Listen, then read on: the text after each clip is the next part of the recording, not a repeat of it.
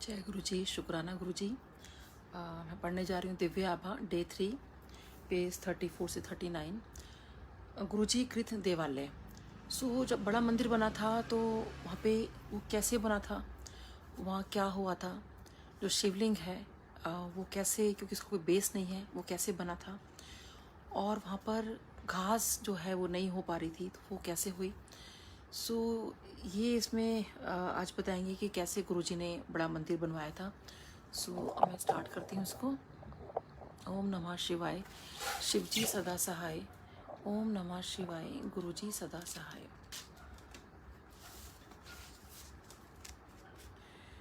गुरुजी कृत देवालय।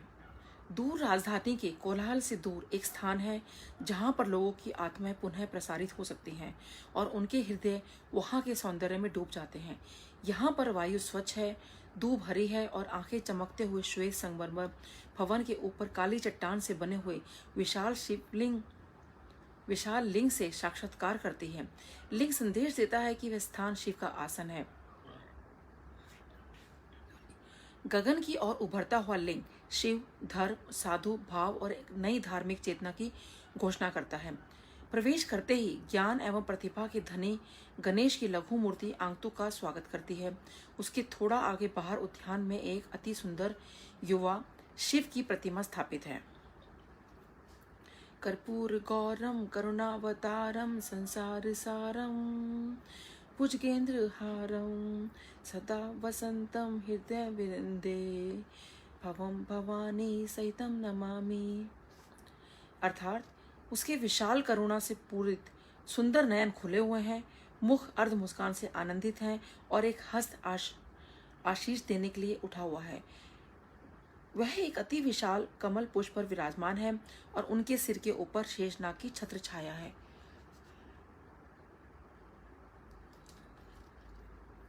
अंदर मंदिर में पीतल निर्मित महेश्वर की मुद्रा में विराजमान है। महेश्वर इसी मुद्रा में विराजमान है। उल्लेखनीय है कि महायोगी शिव तपस्या नहीं कर रहे हैं। ऐसा प्रतीत होता है कि मानो अभी तपस्या समाप्त कर एक पैर नीचे कर अपने भक्तों की समस्याओं का समाधान करने के लिए तत्पर हैं।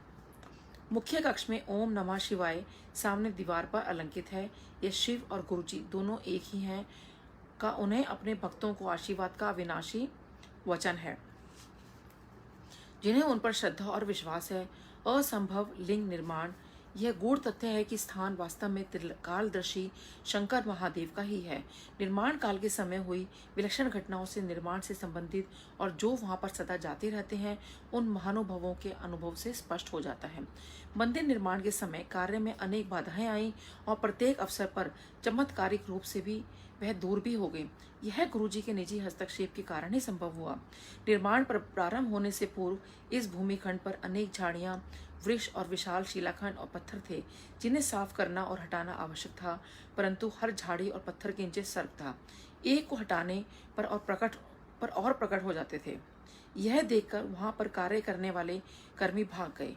अडिग निर्माण प्रभारी रघुवीर नामक एक सिख भक्त, संयोग से जिनकी दृष्टि अति क्षीण थी, गुरुजी पर विश्वास रखने वाले श्रद्धालुओं के लिए एक और प्रसंग है, ने अपने कर्मी बुलाए, किंतु इतने सांपों को देखकर वह भी भाग गए।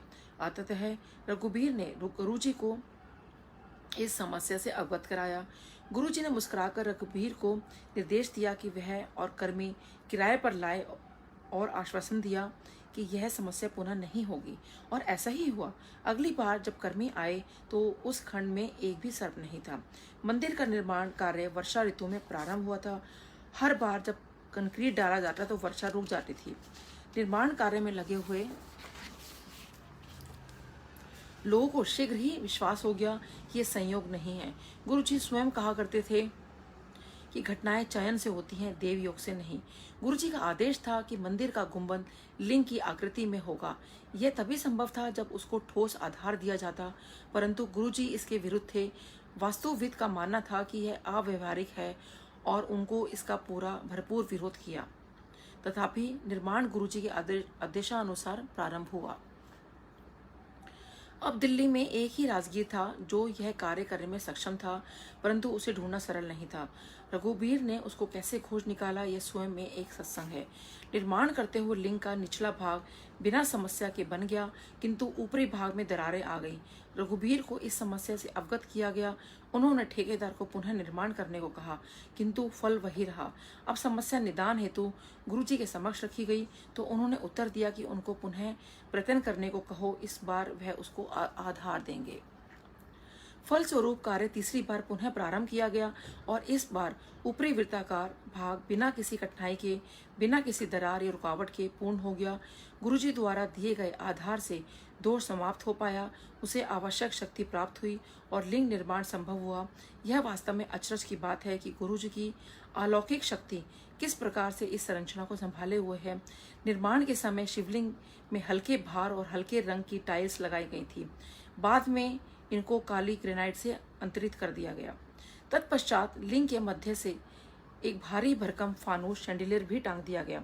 इस प्रकार न केवल एक असंभव रचना हुई, उस पर वजन भी डाल दिया गया। यह गुरुजी की कृपा की है, गुरुजी की कृपा ही है, जिसके कारण लिंग अपने स्थान पर है। इस विश्व के भौतिक नियमों के प्रतिकूल आज भी स्थिर है। चमत्कृत भूमि मंदिर और उसके परिवेश के निर्माण के समय पूर्ण रूप से प्रत्यक्ष हो गया था और अब भी है। इस स्थान पर त्र्यंबकम की कृपा है। अनौपचारिक दर्शक भी यहाँ के फूल, पौधे और वृक्षों की विशिष्ट उपज देकर अचंभे में पड़े बिना नहीं रहते। एक महिला ने अपने कृषि भवन के लिए खरीदे हुए फूल के कुछ बीज जब यहाँ पर उगने के लिए डाले, वह देखकर आश्चर्यचकित रह गई कि उनका आकार अपने यहाँ उगाए हुए फूलों से दुगना था। एक बार गुरुजी से मंदिर की धूप पुनः बिछाने की आज्ञा ली गई। उन्होंने सहर्ष ही प्रस्ताव स्वीकार कर लिया, किंतु अधिक समय शेष नहीं था। मंदिर में एक आयोजन का समय बहुत निकट था। देवालय की माली ने तो अपना कार्य पूर्ण कर दिया था, पर धूप बिछाने के बाद यह स्पष्ट हो गया कि यह निर्णय दो कारणों से अनुचित था। प्रथम, धूप को पूरी तरह से उगने के लिए अधिक समय की आवश्यकता थी। दूसरा यह है कि जिस प्रजाति की धूप डाली गई थी वह पहली कटाई से पूर्व पैर में चुभती है और उसके पश्चात ही मलमल की तरह नरम होती है।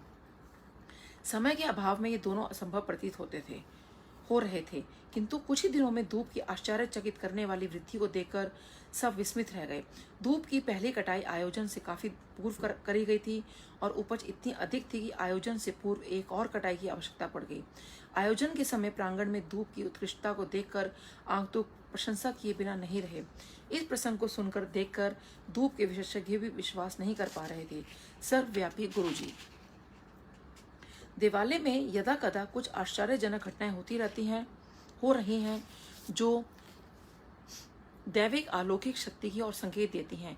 मंदिर में दर्शकों ने अक्सर प्रांगण में शिव की प्रतिमा के भाव बदलते देखे हैं और वर्ष 2006 में होली के अवसर पर मुख्य सभागृह में पीतल की शिव प्रतिमा पर एक स्थान पर रंग लगा देखा गया। यह सुनिश्चित है कि सर्वव्यापी गुरुजी की दृष्टि सदा मंदिर पर रहती है। एक अध्यापिका का वृत्तांत वर्णनीय है।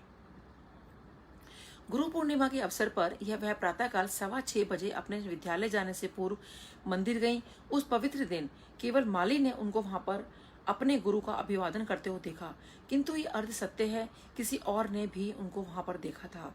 जब वे गुरुजी के दर्शन हेतु अगली बार अंपायर स्टेट आई तो गुरुजी ने उनको बुलाया और बोले कि वह गुरु पूर्णिमा के दिन सुबह 6:15 बजे मंदिर गई थी। वह अपने ध्यान से उनको देख रहे थे।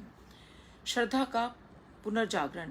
स्पष्ट है कि यह बड़ा मंदिर गुरु कृपा की स्थापत्य कला का अत्यंत उत्कृष्ट उदाहरण है, जो भक्त को सौम्य और स्नेह भाव से अपनी ओर खींच लेता है। यह उनके आध्यात्म का पवित्र स्थान है, शिव और नाना का प्रिय स्थान। यहाँ पर ओंकार और ओम एक हैं और सदा एक दूसरे के प्रतिबिंब बने रहेंगे।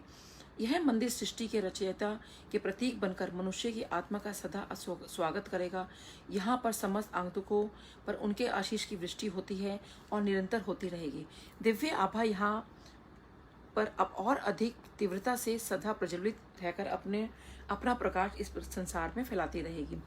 आने वाले युगों में मानव जाति इस पवित्र पावन स्थल को धर्म के जन्म स्थान से पहचानेंगी। हमारे जीवन काल में बड़े मंदिर को सर्वोच्च सम्मान प्राप्त होगा और नवीन धार्मिक चेतना का उदय होगा।